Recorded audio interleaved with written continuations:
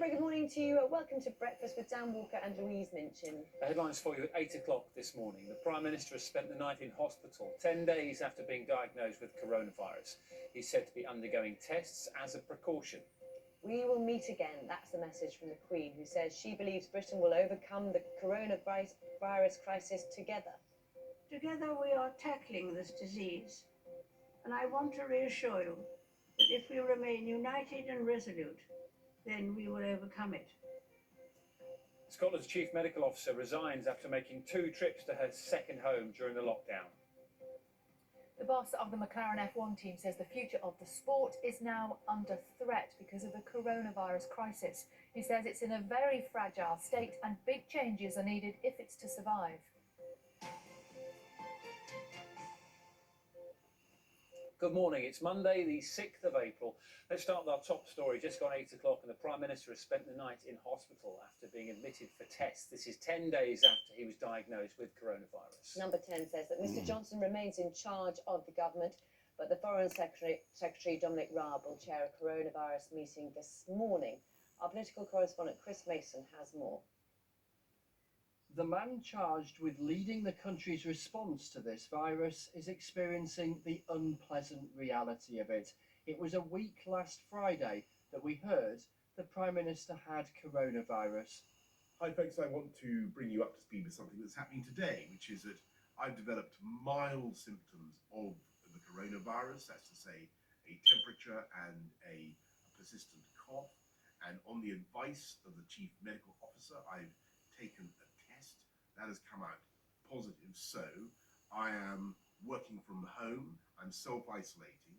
Number 10 made it clear Boris Johnson would continue to work remotely from his Downing Street flat, and he chaired what he described as the first ever digital cabinet meeting from self-isolation.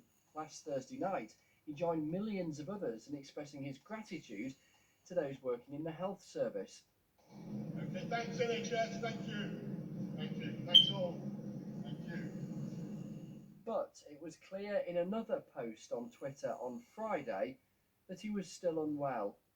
Although I'm feeling better and I've done my 7 days of isolation, alas, I still have one of the symptoms, a minor symptom of I still have a temperature, and so in accordance with government advice, I must continue my self-isolation until that symptom itself goes. Last night, Downing Street issued a statement. On the advice of his doctor, the Prime Minister has been admitted to hospital for tests, a spokesman said. This is a precautionary step as the Prime Minister continues to have persistent symptoms of coronavirus 10 days after testing positive for the virus. I want to express our nation's well wishes to Prime Minister Boris Johnson as he wages his own personal fight with the virus. All Americans are praying for him. He's a friend of mine. He's a great gentleman and a great leader. And he's, as you know, he was brought to the hospital today. But I'm hopeful and sure that he's going to be fine. He's a strong man, strong person. Boris Johnson has spent the night not here, but in hospital. His officials are adamant he is still leading the government's response to the pandemic. But this virus is crippling the economy, robbing us of our usual liberties and straining the personal capacity of the Prime Minister to respond to it on our behalf. Chris Mason, BBC News. Well, we're joined now from Downing Street by our political correspondent Helen Catt, and we are expecting an update on the Prime Minister's condition a little bit later. But what about government? What happens right now? Good morning. Good morning. Well, as you heard in Chris's report there, Downing Street keen to say that Boris Johnson is still leading the government's response. Also very keen to stress that you heard that phrase, a precautionary step, to describe Boris Johnson's admission to hospital last night. The message there is that this wasn't an emergency admission. It's not that his condition has got worse. It's more that his symptoms have not gone away. And this is now 10 days on since he was tested positive for coronavirus. If you compare that with, for example, Matt Hancock, the health secretary, who was tested positive around the same time, he was sort of back up and and running by Friday. Boris Johnson still has things like a high temperature, so he has been admitted for these tests. But as I said, Downing Street very keen to say that he is still leading the government response, as he was when he was isolating in the flat above number 11 Downing Street, although in a hospital room perhaps a more difficult way of doing that. But it was a message that Robert Jenrick, the Housing Secretary, was keen to stress again earlier. Well, he continues to lead the government. He has been, despite the fact he's been self-isolating, like many people across the country, over the course of the last 10 days. I've been on calls with him every couple of days, and he's been working extremely hard, leading the government and being constantly updated. That's going to continue. Obviously, today he's in hospital having the tests, but he'll continue to be kept informed as to what's happening and to be in charge of the government. And as I say, I hope, I think we all do, that he has a speedy recovery and he gets back to number 10 and can take charge in the way he would want to as soon as possible. I'm sure this is very frustrating for him, somebody like Boris who wants to be hands-on running the government from the front. It will, though, be Dominic Raab, the Foreign Secretary, who will chair this morning's government meeting on coronavirus. He is the sort of de facto deputy as First Secretary of State. He's also the person who is designated to step in if Boris Johnson were to become incapacitated, but he is just at this moment chairing that meeting later today, and we wait to hear more news on the Prime Minister's condition. Okay, Helen Cat, thank you very much. Let's give you an update on the figures. 4,934 people have now died from coronavirus here in the UK. 48,000 people have tested positive, although the actual number of people with the disease is estimated to be far higher than that, as only those in hospital and some NHS staff are currently being tested. Around 148,000 people in the UK have so far been tested and found not to have the virus. In a televised address from Windsor Castle, the Queen has paid tribute to the NHS and key workers keeping goods and services going amid the coronavirus pandemic. The Queen gave the message of reassurance to Britain and the Commonwealth, urging us all to remain united and resolute. She also acknowledged the grief, pain, and financial difficulties that many were facing, but urged us to take comfort in the fact that better days will return. We will succeed, and that success will belong to every one of us.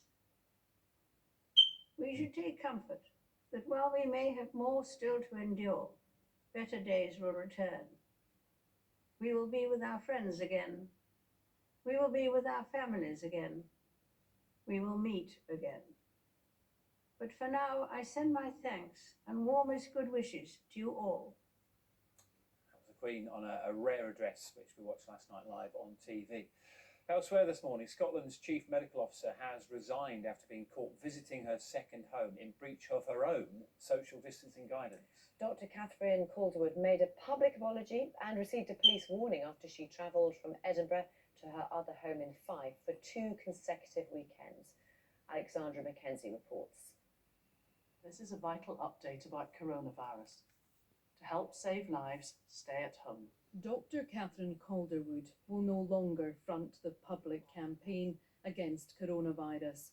After pictures were published in the Scottish Sun, she was forced to admit that she had travelled from Edinburgh to her second home in Fife the last 2 weekends. She initially apologised, then resigned, saying, "My behaviour risks becoming a distraction from the hugely important job that government and the medical profession has to do in getting the country through the coronavirus pandemic." During an uncomfortable media briefing yesterday, Scotland's First Minister stood by her Chief Medical Officer. Her advice and expertise has been invaluable to me, and it continues to be so. If I am to do what I need to do to steer the country through this crisis to the very best of my ability, I need her to be able to focus on the job that she is doing. But hours later, Nicola Sturgeon agreed she had to go. Many have expressed their anger and disbelief at Catherine Calderwood's actions. Police Scotland say that they have spoken to her and emphasise that the stay-at-home rules apply to everyone. And as we enter a 3rd week of lockdown, which has been observed by most, Dr. Calderwood will step back. She said the people of Scotland must have complete trust in those who give advice in the difficult months to come. Alexandra Mackenzie, BBC News, Glasgow. 8:10, just to let you know, at 8:30 this morning, we will be speaking to the Scottish First Minister Nicola Sturgeon about all the implications of that. Another story to bring you this morning, the National Domestic Abuse Helpline has seen a 25% increase in calls and online requests for help over the past